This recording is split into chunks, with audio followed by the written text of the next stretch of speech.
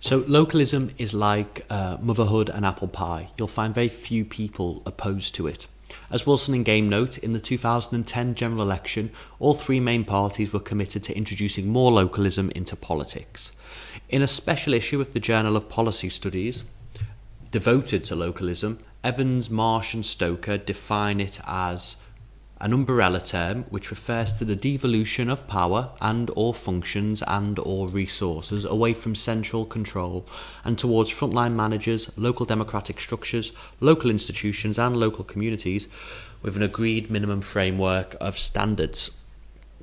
Localism is seen as a way then of moving power away from the centre, which still is seen as radical in a way within the UK's formerly unitary structure.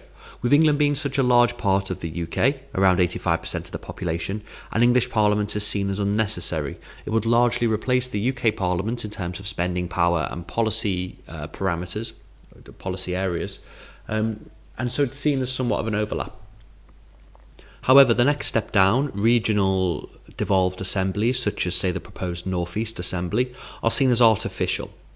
So the next step then is to devolve power to local areas via combined authorities and also further down to councils and even communities within councils.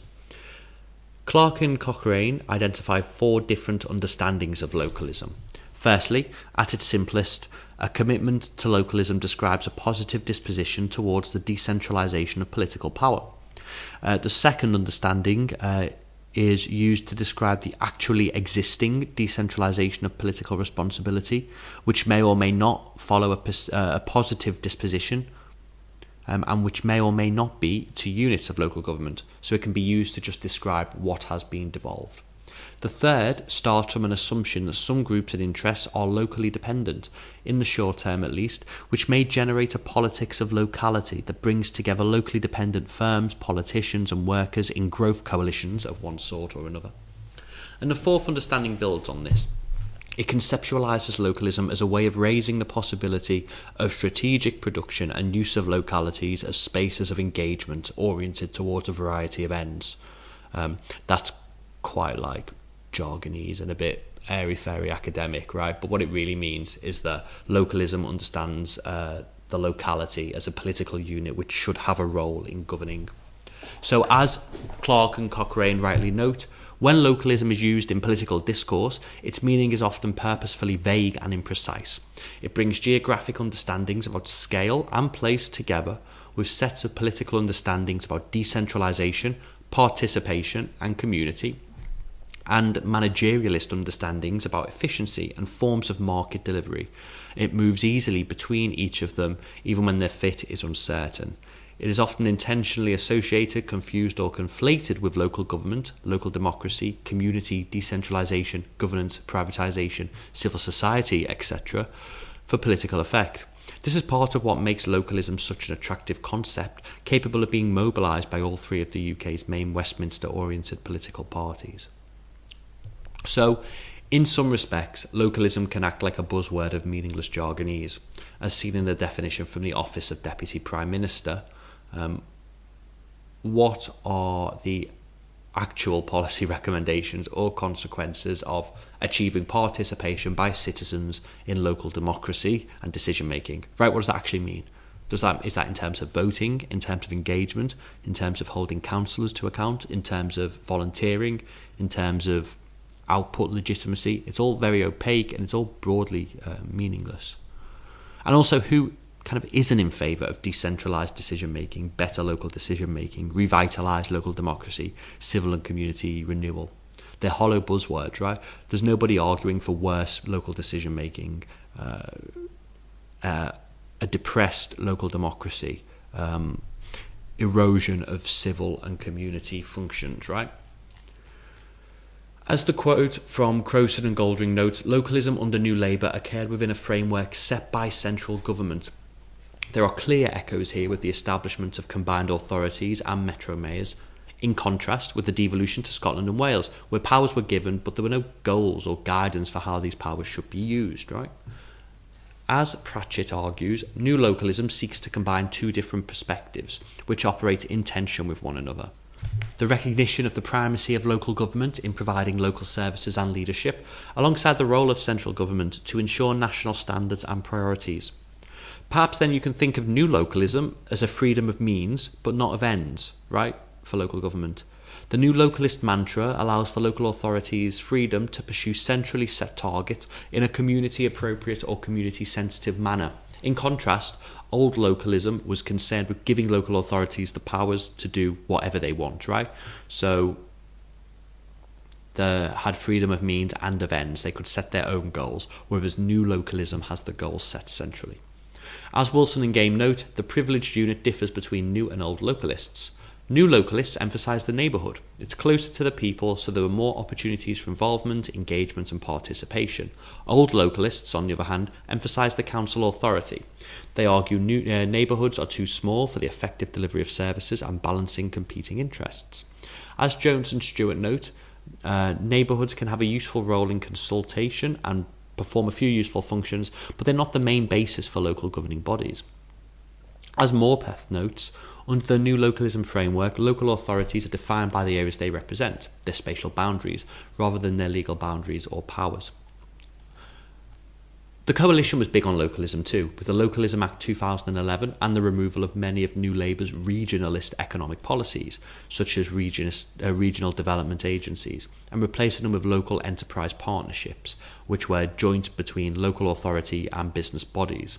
So a kind of shifting down of economic regeneration responsibility. Local authorities also gained the general power of competence, which we've spoken about previously, which was undoubtedly a strengthening of their position. However, there were a number of coalition reforms which reduced the power of local authorities. The Academies Act 2010 allowed any school in England to become an academy without consultation with local authority, and limits were placed on the amount councils could raise council tax. Local community groups are also given more powers under the Localism Act. It introduced new powers to help local communities save local facilities and services threatened with closure, and enable them to bid to take over local state-run services. It gave greater financial autonomy to local government and community groups following a review of local government finance, and it gave residents the power to instigate local referendums on any local issue and the power to veto excessive council tax increases. You can find a more detailed list in Wilson and Game, 2011, page 396. Overall, though, although Pickles and his department may have signed up to localism, not all government departments were. Wilson and Game's analysis concludes that Pickles was talking the language of new localism, the devolution of power and resources away from the central control towards, in the coalition programme's phraseology, local councils, communities, neighbourhoods and individuals, within a framework of national legislative priorities. Councils would be just one, and probably not the major one, of the beneficiaries of this devolution. Those who saw only the centralism in Pickles' weekly bin collections, council tax referendums and other interventions were missing the point.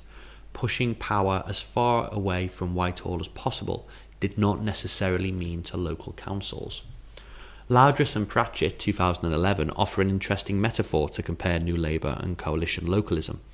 They argue Labour's policy of earned autonomy promised freedoms only for local authorities deemed excellent through a highly centralised system of performance management.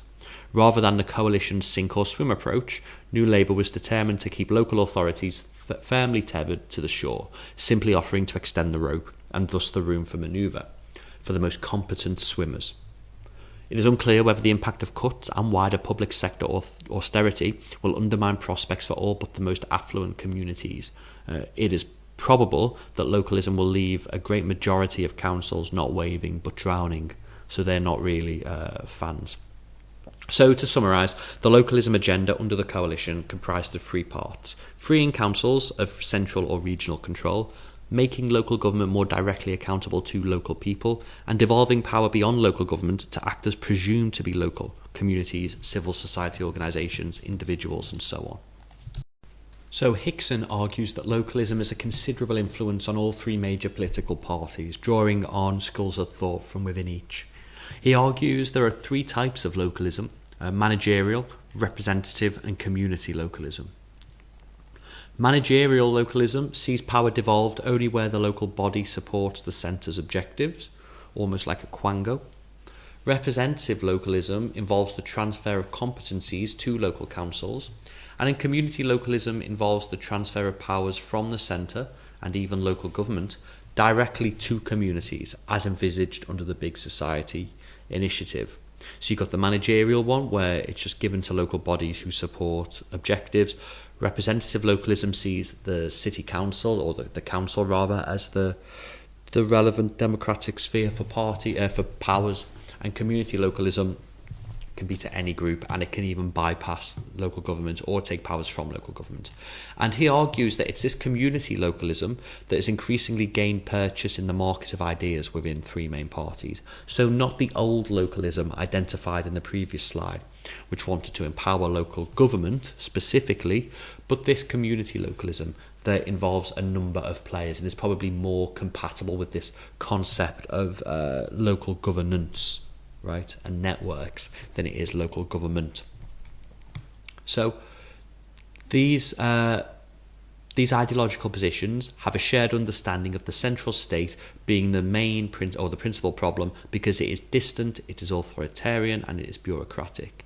Therefore, it undermines local communities. And so the best way to revive communities, and indeed the only way, according to some communitarian theorists, is to decentralise power. In the case of the Conservatives, various ideas, including civic conservatism, red Toryism, and the Big Society, and then based on international influences such as nudge theory, have encouraged the localist agenda. Now, the Conservative formulation can be summed up by Willits. As Hickson notes, Willits' interpretation of the history of ideas in the Conservative Party revealed, he believed, that there was a twin tradition focusing not just on markets but also on community. The one value which Conservatives were sceptical of, in Willits' view, was equality. Conservatives have also been sceptical of the state. Consequently, those Conservative politicians who had advocated a more active role for the state, most notably Harold Macmillan, were in fact outside of the Conservative philosophical tradition themselves, and they actually fitted the socialist tradition. Thatcher was therefore being true to the Conservative tradition, which had been undermined by thought and action of successive Conservative leaders since the Second World War. Both markets and communities are organic. Both emerge from the interaction between individuals. And so, Willits argues, markets will only operate effectively if they are located within communities where there is a significant degree of social trust. In turn, trust is reinforced through the regular interaction of trading. Finally, markets allow for the constant renewal of communities through the growth of new industries.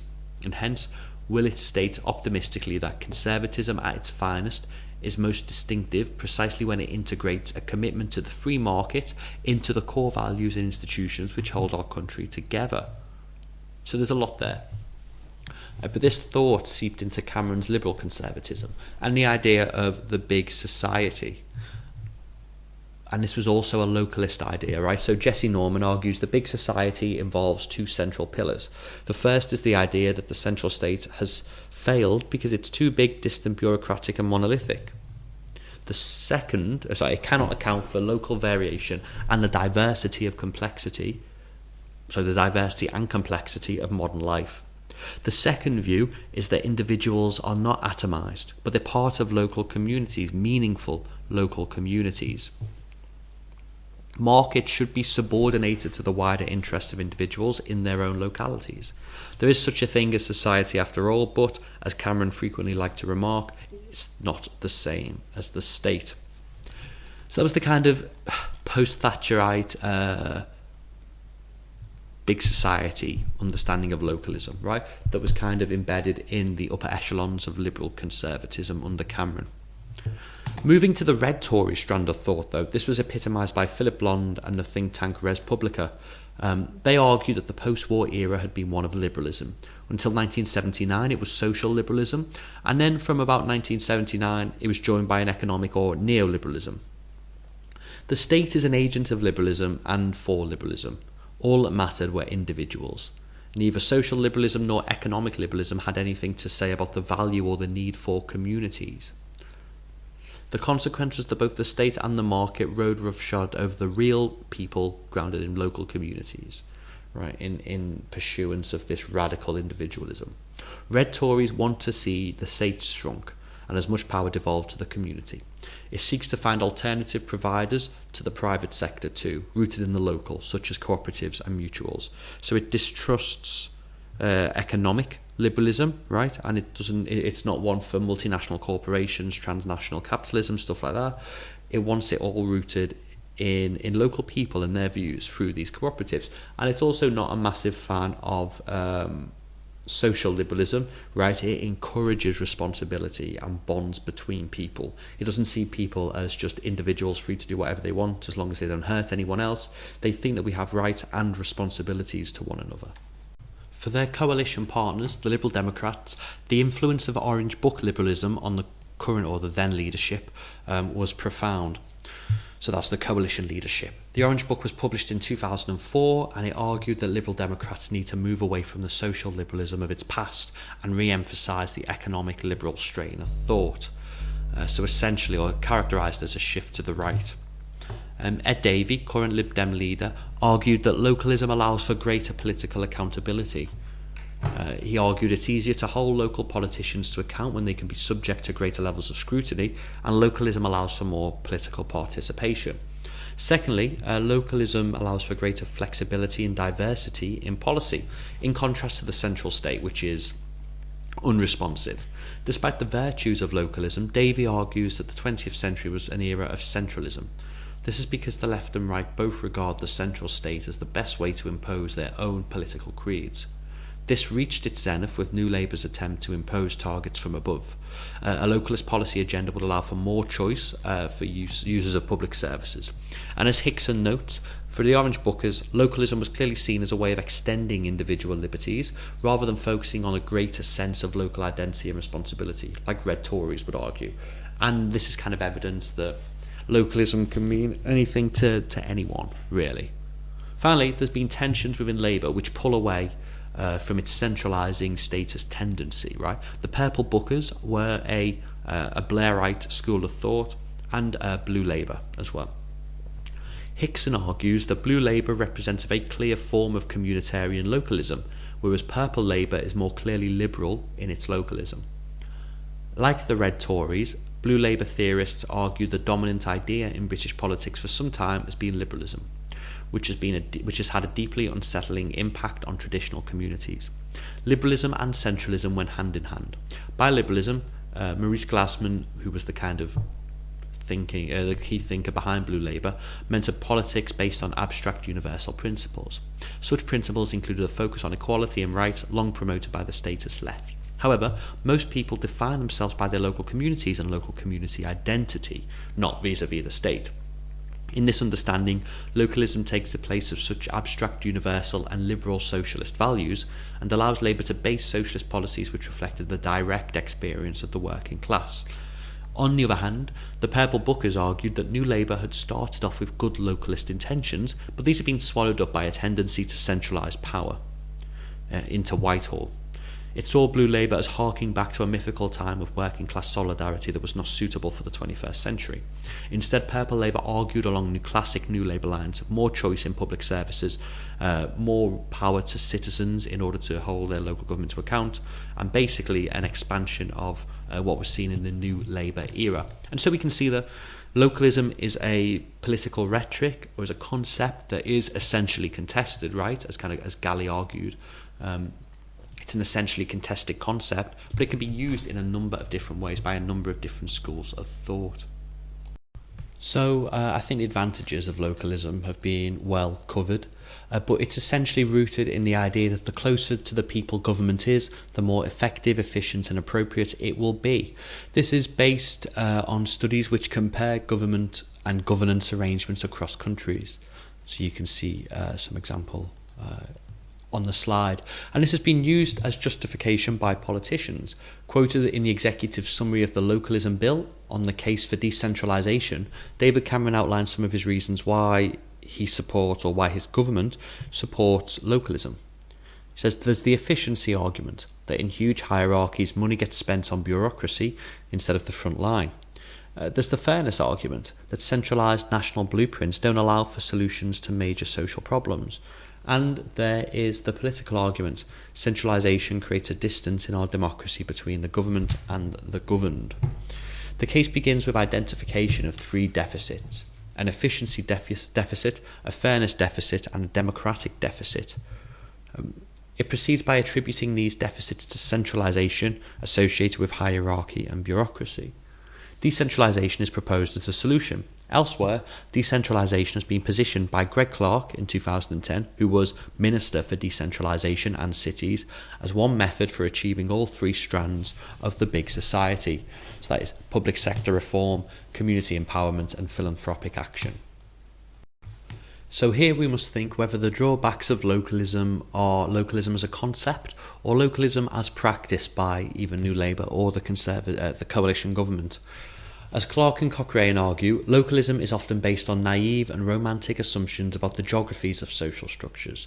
They tend to overestimate the extent to which contemporary localities are coherent and autonomous, or the extent to which they can be made so.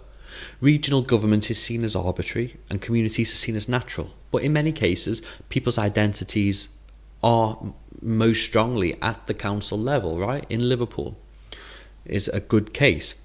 Similarly, local needs are rarely homogenous. Again, let's think of Liverpool. So within the kind of community of Walton, you have areas of very high affluence. Then you turn the corner and you're in Belvale, which is a pretty poor part of the city. Right? The needs of these two groups within the community are vastly different. Similarly, we know that some problems are simply not local in scale, right? Poverty, for instance. Poverty in Birkenhead and Bootle would only be solved when there are higher levels of skill provision and higher quality jobs available. But these jobs are likely to emerge in Liverpool due to economic agglomeration effects. Localism, without a notion of functional economic geography, won't be able to solve the problems it purports to solve. In addition, people do not spend their lives in one community, right? We travel through and between localities for work and social life, education and for healthcare and so on. A large hospital like the Royal in Liverpool does not exist solely to support its local community. In many ways, it exists to serve the whole of Merseyside and in some cases beyond. And so as Clark and Cochrane note, the geographies of localism are not straightforwardly local. Secondly, there's the issue of diverging quality of services, a postcode lottery, according to critics. Now, given national institutions like the NHS and welfare, and the centralised history of the UK and then kind of latterly England, the public tend to expect the uniformity of service provision. However, unlike new localism under Labour, which prioritised local means but nationally set ends or nationally set standards, the coalition was more relaxed with different levels of service provision. Why? Well, because the point of localism was to encourage decisions and outcomes, and thus postcode lotteries are almost a sign that the policy is working, because an area can choose to prioritise one policy area over another, can choose to perhaps reduce council tax at the expense of fewer services, and so on. We see this comment on the so-called postcode lottery in the executive summary of the Localism Bill, which says decentralisation will allow different communities to do things in different ways to meet their different needs. This will certainly increase variety in service provision, but far from being random, as the word lottery implies, such variation will reflect the conscious choices made by local people. As Clark and Cochrane note, however, this does not extend to areas under local authority control where voters might blame national government, so local taxation, local economic development, access to education and housing, weekly bin collections. Rational and responsible action here is to be achieved by freeing local actors from central control before governing their conduct through other means, e.g. conditional funding. For example, the central government know it will look bad on them if bin collection goes to fortnightly rather than weekly, and so they've made £250 million available to local authorities that choose to restore weekly bin collections. In an age of local government austerity, councils don't have a real choice. They need that money. Rhetorically, the coalition government associated localism with decentralisation, but ministers, especially Eric Pickles, made it clear that councils would have to meet ministerial expectations of responsible leadership. If they failed to meet these expectations, Pickles promised to give their reasonable expectations statutory force. That's not decentralisation. So, localism, as practiced, is based on a kind of paradoxical or hypocritical tension. Local areas are to be given more freedom, but only if they use it in a way expected by central government. Now, this doesn't seem like real or authentic localism. Rather, it seems similar to the contractual basis upon which combined authorities and metro mayors are established, just less explicitly structured or outlined. The policy of localism can also be understood as a new way of talking about local governance at the expense of local government. Yes, it is envisaged that localism will see community groups take over some services, but there is really nothing stopping national providers, who are not local at all, from doing so, e.g. National Academy Trust chains. The same is true for private sector firms who can bid to provide council services, and these can range from a local non-profit to multinational corporations. Either way, the net result is weaker local government and the encouragement of more players into the networks of local governance in key policy areas. Also, as Clark and Cochrane note, under New Labour, localism was an example of anti-politics, because although localism recognised the preconditions for politics, the plural nature of society, the different groupings of people who disagree, and the need for a collective decision-making process amongst these different interest groups, it replaced the content of politics. It sought to replace political debate and contestation with expertise, management and technology. Local authority executives, government offices in the regions, the audit commission, central targets, etc. were perceived to be more efficient, and also, by mobilising objective evidence in place of subjective local interests, more effective as well. However, localism under the coalition went even further in kind of promoting anti-politics. It removed the preconditions of politics as well as the content. It assumed that communities were autonomous and internally homogeneous, and so there was no need for internal disagreement, and thus no debate around how to exist as a society, as a community, and thus was kind of inherently apolitical or anti-political, because politics is rooted in how to solve disagreements between people. And so the coalition's localism replaces both the preconditions and also the content of politics. It canvasses the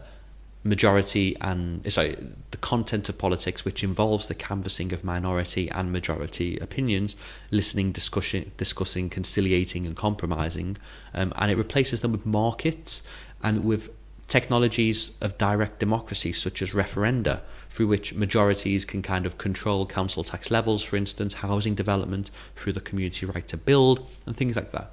So it takes away kind of the political debate element and puts it into markets and technologies, as Clark and Cochrane say. And related to the previous point, localism is also very vague. Even if there are academic definitions and common views of what localism can deliver, actual definitions vary from government to government. For example, in 2014, Clark argues that there was never any consensus about what localism meant for New Labour. In Blair's neoliberal vision, it meant devolution beyond the state to individual consumers and accountability through market-based mechanisms.